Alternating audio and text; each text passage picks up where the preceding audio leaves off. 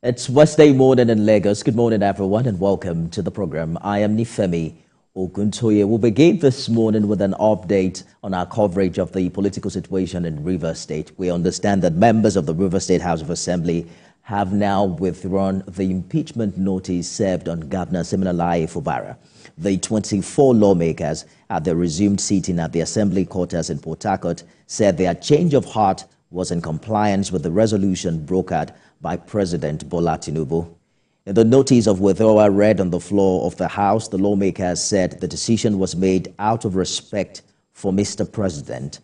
They also recalled that they commenced the impeachment proceedings on the 30th of October 2023, less than 24 hours after the House of Assembly complex was attacked and 6 weeks before defecting to the All Progressives Congress.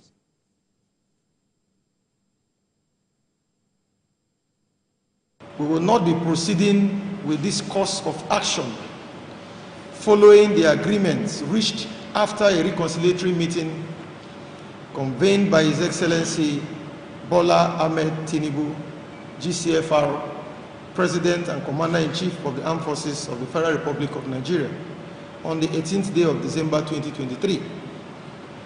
We have immense respect for the person and office of the President of our dear country, and do believe that his advice and charge should be respected.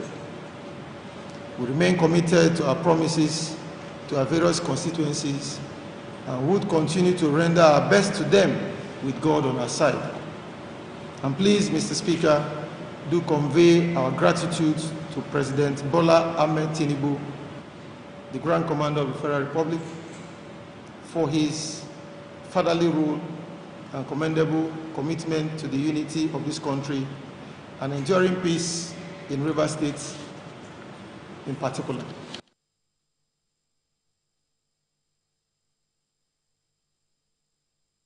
We're following very closely development in Rivers and we'll bring you up to speed as they happen. Our attention, however, this morning is turned to the agency of government in charge of drug policy and control in Nigeria. How has the National Drug Law Enforcement Agency fared in the outgoing year? Recall that the NDLEA chairman recently mentioned that the agency has seized over 7,000 tons of illicit drugs and substances valued at over 800 billion naira in the last 3 years. He also mentioned that they've arrested over 42,000 drug offenders, including 4 to 6 barons. I'll be joined by spokesman of the NDLEA shortly, but let's quickly intimate you about some updates from the agency. The NDLEA and the military, we understand, are forging stronger ties to combat drug abuse and trafficking. And while the NDLEA chairman says drug abuse is central to crime, the chief of defense staff warns that substance abuse will not be allowed in the military. Sifonesian has details in this report. It's a partnership both organizations believe will strengthen their organizations internally and improve security in the country. The National Drug Law Enforcement Agency and the Defense Headquarters have agreed on a common goal to tackle drug abuse and trafficking. We've made huge seizures in the last 2 to 3 years, in 2021. We've seized over 7,000 tons of illicit substances, worth about 800 billion. In fact, in one night last year, we seized $300 million worth of cocaine. The United Nations Office on Drugs and Crime in Nigeria indicates that 14.3 million people aged between 15 and 64 years abuse drugs. This has increased the number of youths imprisoned in recent years. Drugs are central to criminalities, especially the terrorism, wanton kidnapping, insurgency. They all rely on drugs before carrying out their nefarious activities. We know the influence of drugs, what it has done to our youths. A lot of issues on drugs all over the country. That is very, very alarming, and those things have sneaked into so many places. Even members of the armed forces were not excluded. Now we have introduced part of our recruitment process and courses. For people to go for courses, you must take drug tests. The quest to improve security by tackling the menace of drug abuse and trafficking presents an enormous task for both military and drug law enforcement agency. This is expected to take the fight against drug abuse and trafficking in illicit substances a notch higher in Nigeria. Sifon Asian, TVC News, Abuja.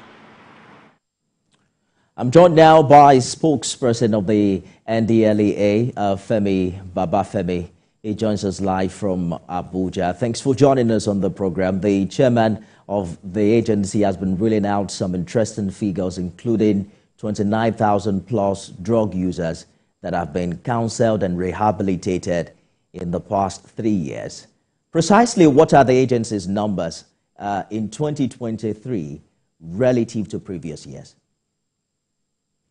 Yeah, thank you very much for having me. I'll tell you that indeed what the agency has tried to do, whether in the past 3 years or just this year alone, is to push and adopt the whole of society approach to the fight against substance abuse and illicit drug trafficking. That is providing a platform for everybody, every stakeholder, every citizen of this country to buy in and take ownership of the fight. That is trying to create a balance, a fair balance between our drug supply reduction, that is where we arrest, where we prosecute and get people sent to jail to to bear the consequences of their criminal activities, and on the other hand, the drug demand reduction, where we try to ensure that people, their level of awareness is high to the point that people take the appropriate and the right decision in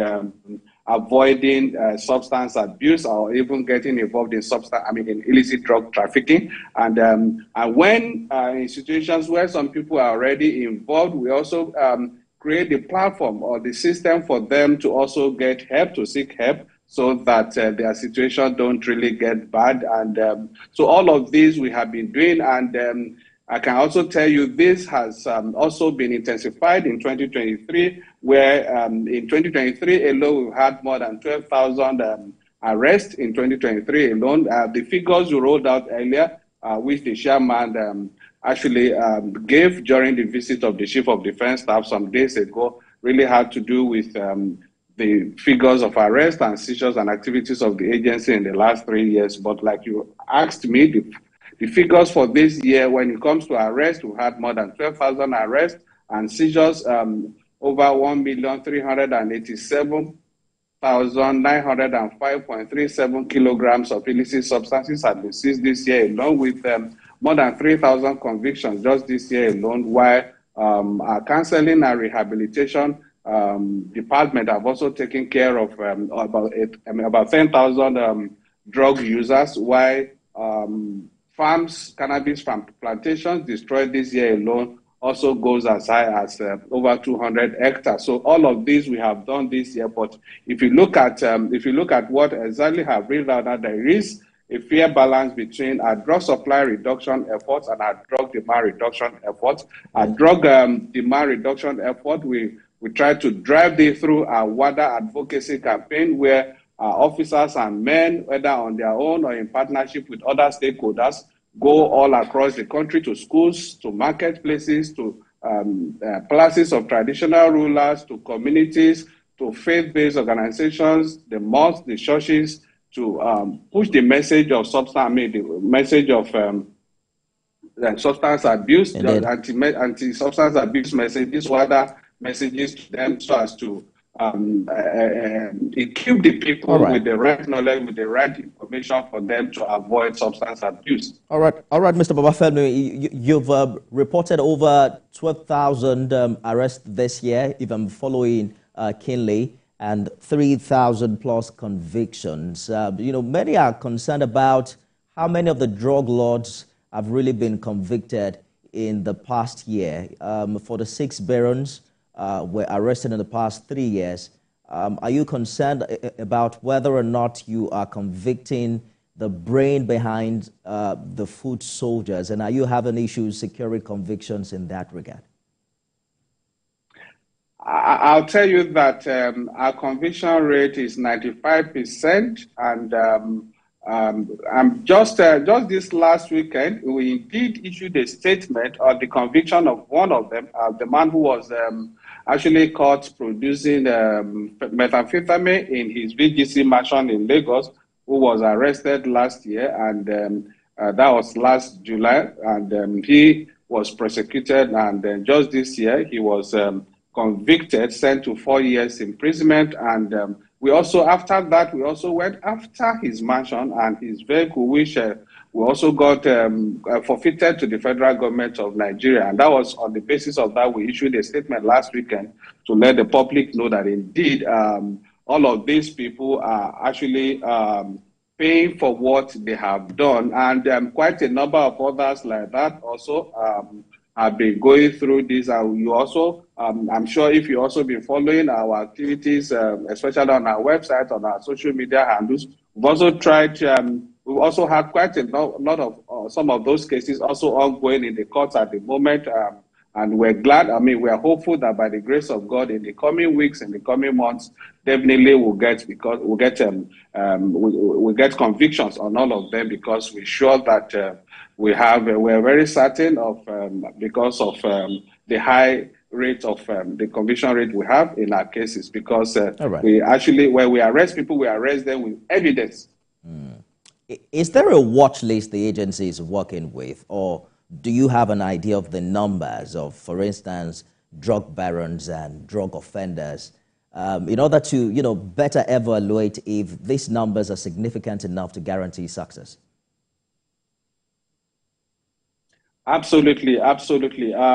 One thing is the agency, as it is constituted as it is today, is intelligence driven. We have we work with a lot of intelligence, either internally generated in Nigeria, within the agency, in partnership with the citizens, in partnership with other security agencies within the country, or even in partnership with our international partners like the USDA, that is Drug Enforcement Administration in the US, or the Border Force in the UK, or the National Crime Agency in the UK. We have partners in India, we have in Brazil, we have in South Africa, we have all over the world. So all of these people, we work in partnership with them. Just about 2 weeks ago, somebody we arrested in Nigeria here, and we're prosecuting at the moment, was actually arrested in Ghana, because the agency, our partners in Ghana, actually saw what we have on him. The intelligence shared with them on the suspect, and eventually they arrested him and transferred him to us. So we're working with all of these people, but we can't really be discussing how many of them we put on watch list, but then definitely for as many that we have intelligence or information on, we do watch out for them. And that's why you see that for anybody coming in into the country with substances, we ensure that they don't have the leeway. We get them arrested, right, and ensure that we seize whatever they are bringing in to destroy our people and the public health in Nigeria. Let's attempt to explore the rule of engagement of your officers and men. I personally saw your men stopping vehicles at night on my way home some weeks ago, somewhere on the mainland in Lagos, and they were not properly dressed in uniforms. Honestly, I thought they were armed robbers. What's the standard operation for stop and search operations on the roads? Yeah, depending on the unit or the purpose of the operation, is not something that they do every day, even though it's part of our operations to conduct stop and search on the road, because we've seen these days that people now even move drugs in the engine compartments of their vehicles, even in the tubes or their tire tubes, even in the rims, in other other compartments of their vehicles. So drugs are concealed in different in different ways within the compartments of the vehicle. So that's why we have to the way we operate, we try as much as possible to stretch ourselves and ensure that we have physical presence in virtually every, NDLEA is probably one of the agencies in Nigeria today that is everywhere, whether you talk of the border, at the airports, the land borders, the seaports, or you talk of the forest, we're there contending with those who are producing cannabis, or you talk of the highways, we're there contending with those who are moving these things on the highways, or even in the safe havens where people are concealing these substances. We're everywhere, we're in all of these places. So, but then for our operatives, when you see them on the road, indeed, either they're working on intelligence, and if they are acting on intelligence, meaning some of them may not be in, usually the people you see in those places are either in the strike force uniform, that is the black on black uniform, or when you see some of them with the red jackets also, they also, it's also one of the things they use in our operations. And sometimes the brown uniform, again, some of them also do wear all of that. But then we do encourage people that when you come across them, they are out there to work in your interest. Please just cooperate with them. It's not something we do every time, every day. Sometimes, like I said, based on intelligence, sometimes again, they do go out like that to just do periodic stop and search. So this brings us to allegations of highway extortions. I'm sure you've seen some investigative reports on these in the course of the year. I don't have proof based on what I saw that night, but I can tell you for free that these allegations are substantial. You reacted in August by threatening that any official caught collecting bribe will have their employment terminated. Has the agency been able to make examples of these bad eggs in its ranks? Absolutely. In any human community, it's not impossible. You have some people going outside of the confines of their responsibility or within what they are stipulated, their functions or their duties are supposed to be. And in the case of the NDLEA, I can tell you we have very stringent systems in place to check and to deal with all of those things. First, we have a monitoring task force that is that reports directly to the chairmanship executive of the agency himself, that's General Buba Marwa. We have that in place to investigate any allegation, and we have been very, very committed to this, doing all of this. Anytime there are reports from members of the public on any officer or on any team doing the wrong thing, we ensure we move in swiftly, investigate, and when they are found to have done the right thing, they are appropriately sanctioned and punished.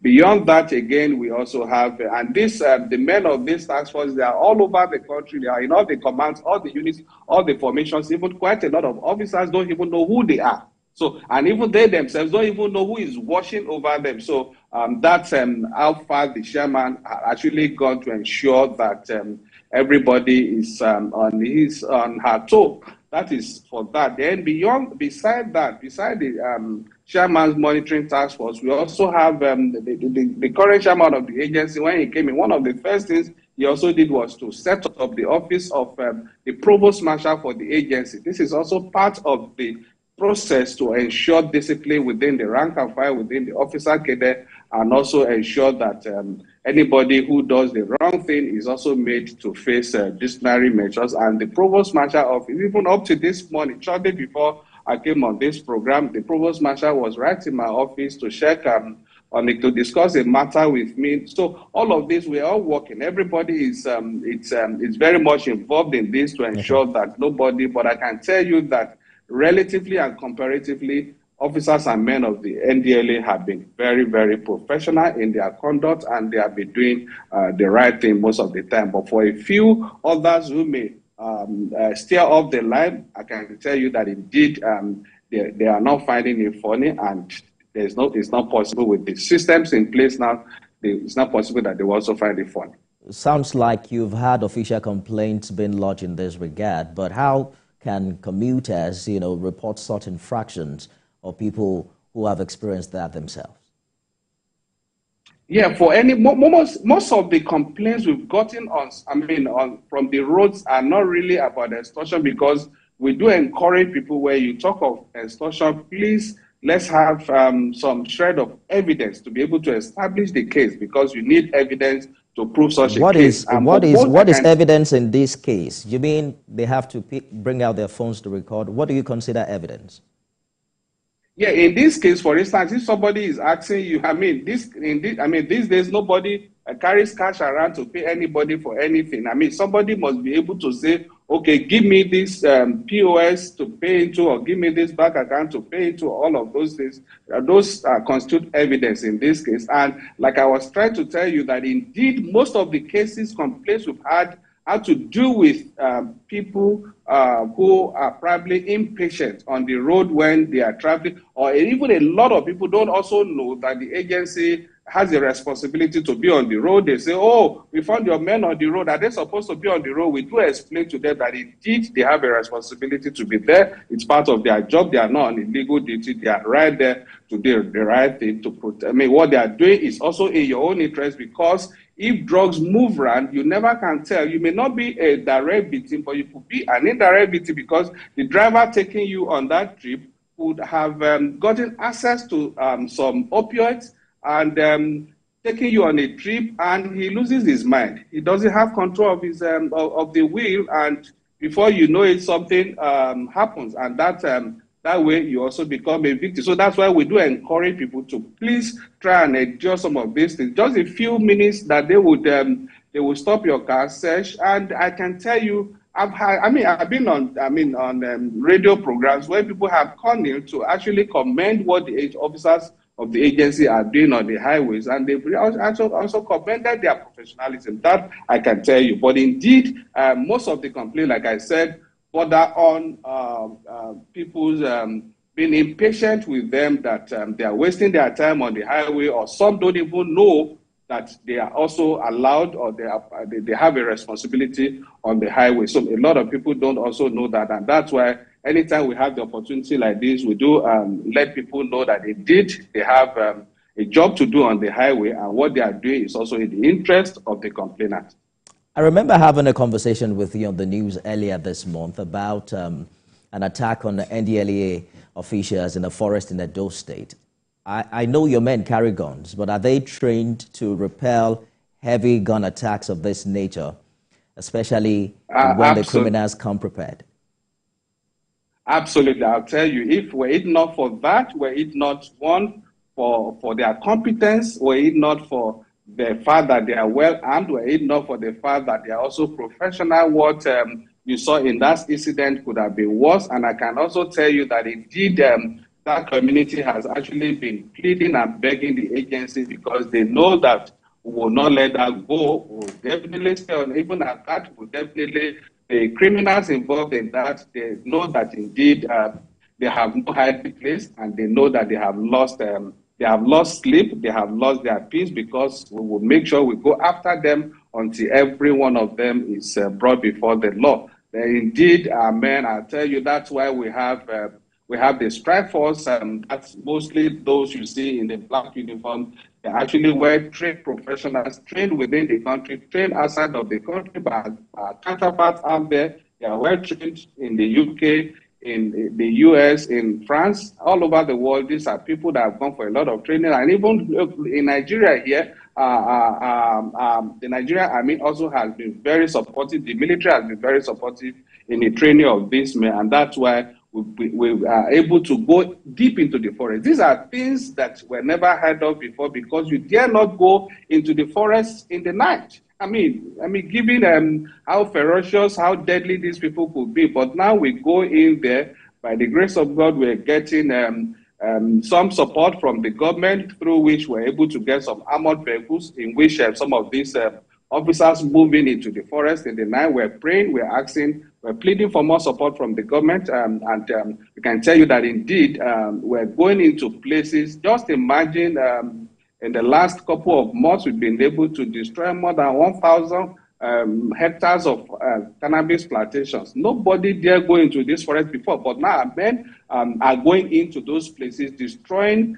those things before they are processed and sent into our communities, where they become difficult and more cumbersome to actually. But are there times that you see collaboration with other security agencies, or it is mainly a solo operation that involves NDLEA officials?